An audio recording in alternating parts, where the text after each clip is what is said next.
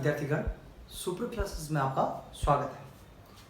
पिछली क्लास में हमने संस्कृत अनुवाद प्रकरण के बारे में पढ़ा था, जिसमें हमने 5 मुख्य बिंदुओं के बारे में सामान्य जानकारी ली, जिसमें पहले नंबर हमने शब्दार्थ के बारे में पढ़ा, दूसरे नंबर हमने क्रिया के बारे में सामान्य, दूसरे नंबर हमने कर्ता और तीसरे नंबर हमने क्रिया के बारे में सामान्य जानकारी ली और चौथे नंबर हमने शब्द रूप के बारे में पढ़ा।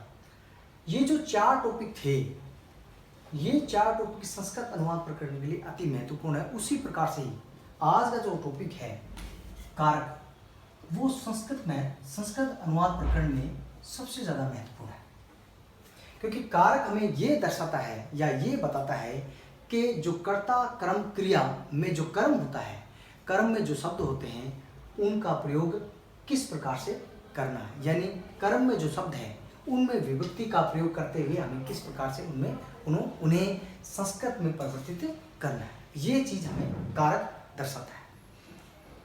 कारक जो है वो प्रथमा विभक्ति से लेकर सप्तमी विभक्ति तक होते हैं।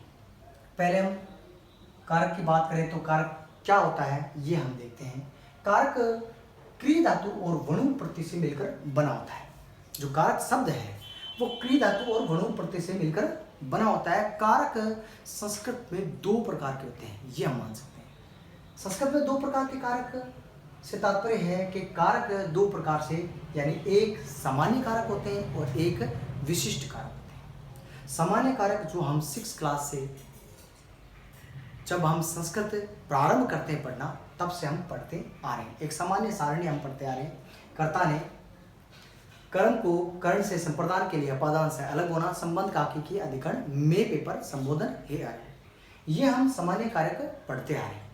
और 10th में जो हमारे कारक हैं वो विशिष्ट कारक है, यानी ऐसे कारक, ऐसी विभक्तियों का प्रयोग करना जो विशेष अवस्था में लगाई जाती है, यानी विशेष कंडीशन में जो जब हम विभक्तियों का प्रयोग करते हैं तो वो विशिष्ट कारक होते हैं। वो हमें दर्शाते हैं कि कर्म में अगर कोई विशेष अवस्था आ गई है तो उसमें विभक्ति का प्रयोग किस प्रकार से किया जाएगा। तो यहाँ हम सामान्य परिचय लेंगे, क्योंकि सामान्य जो संस्कृत अनुवाद प्रकरण है उसको हम समझ रहे हैं। उसके बाद में जो विशिष्ट वाक्य हैं उनको समझेंगे, क्योंकि 10th क्लास के बोर्ड में सामान्य वाक्य ही आते हैं लगभग, लेकिन फिर भी हम आगे समझेंगे। अभी कारक में सामान्य परिचय के बारे में समझते हैं।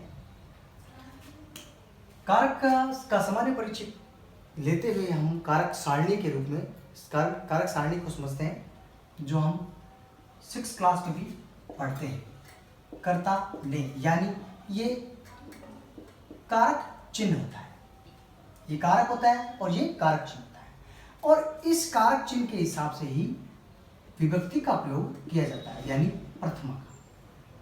उसी प्रकार से दूसरे नंबर कर्म को, यानी द्वितीय। उसी प्रकार से कर्ण से, के द्वारा, से या के द्वारा तृतीया। कर्ता ने कर्म को कर्ण से संप्रदान के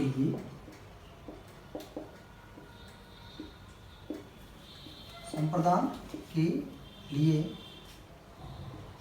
चतुर्थी, यहाँ चतुर्थी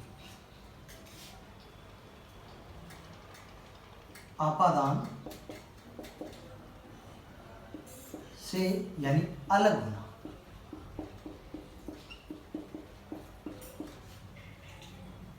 पंचमी,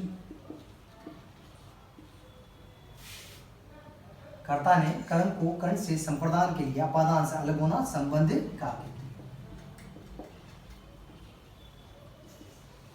का की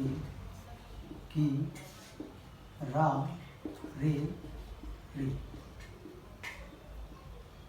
सारणी के बाद में समझेंगे।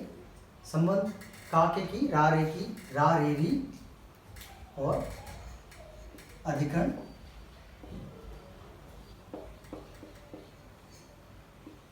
में पे पर संबोधन हे अरे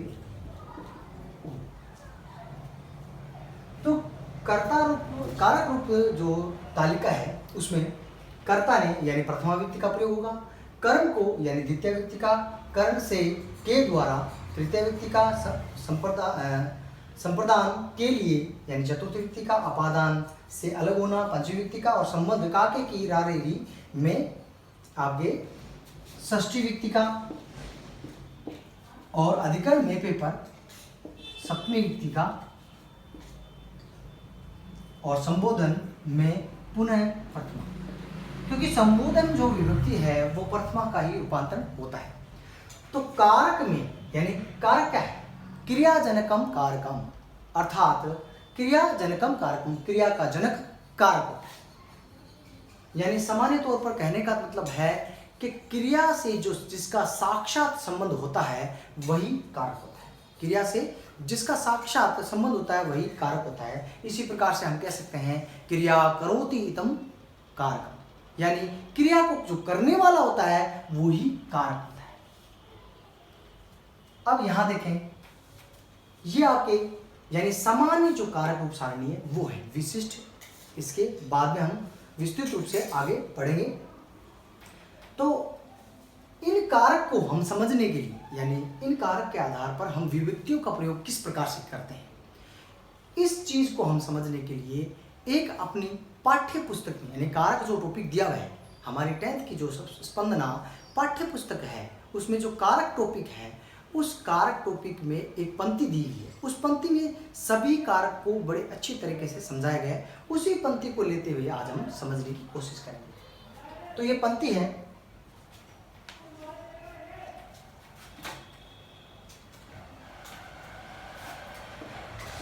हे मनुष्य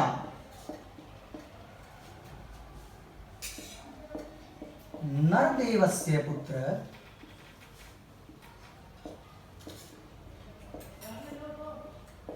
जयदेव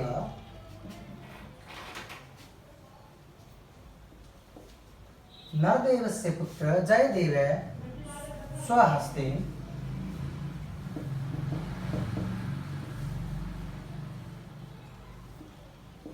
कोशात्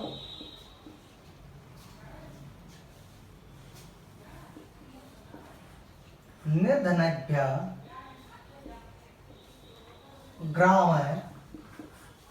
ग्रामे धनम ददाति। ये हमारे जो पाठ्य पुस्तक है उसमें ये पंक्ति दी हुई है। ये पूर्ण पंक्ति है, यानी हे मनुष्य, अरे मनुष्य, नरदेव से पुत्र यानी नरदेव के पुत्र जयदेव, जो नरदेव का पुत्र है जयदेव, स्वहस्ते अपने हाथों से, कोशात यानी कोश से यानी खजाने से, निर्धनों को गरीबों को गांव में धन देता है। निर्धनों को गरीबों को गांव में धन देता है। अब इस पंक्ति को हम देखते हुए समझते हैं कि किस प्रकार से ये पंक्ति है।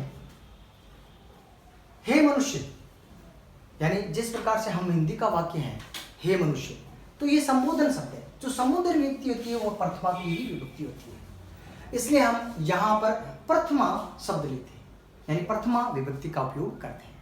कारक इसे हमें नहीं दर्शाता है। क्यों? क्योंकि देखो, क्रिया से साक्षात संबंध जिसका होता है वो ही कर्ता होता है। प्रथमा व्यक्ति का उसमें उपयोग होता है। विशेष अवस्था में यानी विशिष्ट कारक, ये क्या है? विशिष्ट अवस्था, संबोधन अवस्था में हम प्रथमा व्यक्ति का उपयोग करते हैं, इसलिए यहाँ पर प्रथमा व्यक्ति का उपयोग किया है। हम विशिष्ट कारक जब पढ़ेंगे तब ये जो प्रथमा व्यक्ति से लेकर सप्तमी व्यक्ति तक है, तब हम ये सारा मैटर आपको समझा देंगे। तो क्रिया का संबंध सीधा किससे होता है? कर्ता से होता है, यानी कारक से होता है। अब यहाँ क्रिया का संबंध कर्ता से होता है। कर्ता यहाँ जो करने वाला होता है वो करता है। यहाँ पर ददाती देने का काम कौन कर रहा है? यहाँ देने का काम जयदेव कर रहा है, न कि नरदेव। नरदेव से क्या है? नरदेव से पुत्र, यानी ये क्या है? नरदेव से केवल संबंध है, ये संबंध को दर्शा रहा है, इसलिए यहाँ पर संबंध कारक है, यानी काके की संबंध कारक आया है। इसलिए कहने का मतलब है यहाँ पर षष्ठी विभक्ति का उपयोग है, यानी नरदेवस्य यानी जिस प्रकार से रामस्य है उसी प्रकार से नरदेवस्य षष्ठी विभक्ति का उपयोग हुआ है।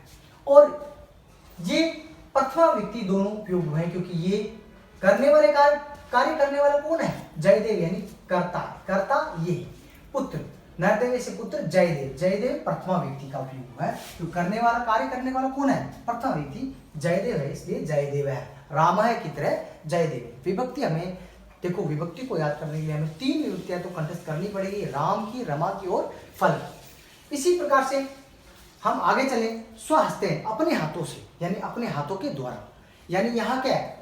अपने हाथों के द्वारा यानी अधिकरण यानी कर्ण कारक है।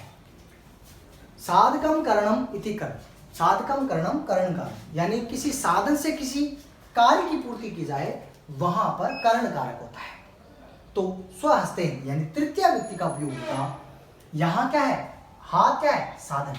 अपने हाथ क्या है? स्वयं मन अपना, स्व का तात्पर्य है अपना और हस्त मतलब हाथ। तो हस्त की तृतीय व्यक्ति क्या बनेगी? राम की तरह, रामेण की तरह क्या बनेगी?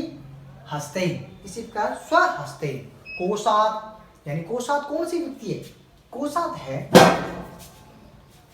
है कौन सी व्यक्ति है? पंचमी व्यक्ति। इसी प्रकार से कोशात यानी कोष से, अपादान से यानी अलग हो। धन जो दिया जा रहा है वो किससे अलग हो रहा है? कोष से यानी खजाने से अलग हो रहा है, यानी अपादान यानी अलग होने की स्थिति है। अलग होना यानी अपादान यानी ध्रुव से किसी चीज का अलग होना, किसी केंद्र बिंदु से किसी चीज का अलग होना। ऐसी स्थिति में जहां ध्रुव होता है यानी केंद्र होता है उसमें पंचमी व्यक्ति का समावेश होता है। तो यहाँ पर खजाना जो है संस्कृत में कोष कहते हैं, तो पंचमी व्यक्ति राम की तरह लगेगी, रामात की तरह कोशात। उसी प्रकार से निर्धनोभ्य, निर्धनोभ्य मतलब किसके लिए धन देता है? धन देता है किसके लिए? धन देता है के लिए, यानी के लिए, संप्रदान के लिए। चतुर्थी व्यक्ति के लिए है, इसका मतलब चतुर्थी व्यक्ति यानी के लिए, किसी के लिए कार्य करना है, किसी के लिए धन देना, यानी धन किसके लिए दिया जा रहा है? गरीबों के लिए। तो के लिए जहां चिन्ह आता है यानी कारक चिन्ह जहां के लिए आता है वहां चतुर्थी व्यक्ति का प्रयोग था। तो निर्धन जो शब्द है, निर्धन यानी गरीब जो शब्द है, इसका संस्कृत का शब्द बना है निर्धन, उसके लिए निर्धनव्य। ये बहुवचन रूप है। वैसे जो विभक्ति है राम की, संप्रदान की, रामाय, रामाभ्याम और रामभ्य है, उसी प्रकार से निर्धनव्य बहुवचन रूप है, इसलिए बहुवचन विभक्ति लगेगी निर्धनव्य। उसी प्रकार से ग्रामे, अगला जो शब्द है ग्रामे, ये ग्रामे जो शब्द है ये सप्तमी विभक्ति का शब्द है। और राम ग्रामे यानी गांव में, कहां धन देता है? गांव में। में पेपर अवस्था में यानी में पेपर चिन्ह आने पर सप्तमी विभक्ति का समावेश होगा। यहां अधिकरण कारक होगा। यहां क्या हो? अधिकरण कारक होगा। अधिकरण आधारो अधिकरणम, यानी जहां आधार होता है वहां पर अधिकरण कारक होता है। और धन कहां दिया जा रहा है? किस में दिया जा रहा है? गांव में दिया जा रहा है। तो ये अधिकरण कारक है, इसलिए अधिकरण कारक होने की वजह से या में पेपर चिन्ह आने की वजह से यहाँ सप्तमी विभक्ति का समावेश हुआ है। रामे की तरह यानी सप्तमी विभक्ति, राम की सप्तमी विभक्ति क्या है या फल की सप्तमी विभक्ति क्या है? फले, रामे। उसी प्रकार से ग्रामे। अब धनम, अगला शब्द लेते हैं धनम, यानी ये क्या है? कर्म है। क्रिया के जस्ट पास वाला यानी एकदम क्रिया के सबसे पास वाला जो कर्म होता है, कर्म तो ये सारा ही है लेकिन सबसे पास वाला कर्म होता है, इसे मुख्य कर्म कहते हैं। यानी इसे मुख्य कर्म कहते हैं। कर्मणि द्वितीयाशात, यानी कर्मणि कर्म में हमेशा ही द्वितीय व्यक्ति का समावेश होता है। यानी गांव में धन को देता है। तो ये वाक्य वैसे अगर हम सही सामान्य तौर पर पढ़े तो क्या होता है? गांव में धन को देता है। किसको देता है? धन को। तो धन को चिन्ह के कारण यहाँ पर द्वितीय व्यक्ति का समावेश हुआ है, यानी कर्म कारक होने की वजह से यहाँ द्वितीय व्यक्ति का समावेश हुआ है। और कारक को हम केवल चिन्ह के माध्यम से ही पहचान सकते हैं या हम विशिष्ट कारक के माध्यम से पहचान सकते हैं। तो यहाँ द्वितीय व्यक्ति जो नपुंसकलिंग कारक है, इसलिए धनम, इसलिए धनम शब्द है। फलम धनम, द्वितीय विभक्ति धनम, उसी प्रकार से ये शब्द रूप धन का धनम बना है। इसी प्रकार से जो क्रिया है वो कर्ता के अनुसार, कर्ता क्या जयदेव, यानी अगर प्रथम पुरुष एक वचन करता है तो क्रिया भी प्रथम पुरुष एक वचन ही लगेगी। प्रथम पुरुष एक वचन करता है तो क्रिया प्रथम पुरुष एक वचन ही लगेगी, यानी क्रिया क्या है ददाती, ददाती क्या है प्रथम पुरुष एक वचन। इस प्रकार से इस वाक्य को हम समझते हुए, यानी कारक हम कारक चिन्हों के माध्यम से हम वाक्य में किस प्रकार से शब्द रूपों का प्रयोग करते हैं ये हम समझ सकते हैं। अब हम अगले जो प्रकरण, अगले इस प्रकरण जो चल रहा है संस्कृत अनुवाद प्रकरण, उसके कुछ वाक्यों का अभ्यास करेंगे। पहले सामान्य वाक्य, फिर कुछ विशिष्ट वाक्यों का अभ्यास करते हुए इस प्रकरण को हम आगे बढ़ाएंगे।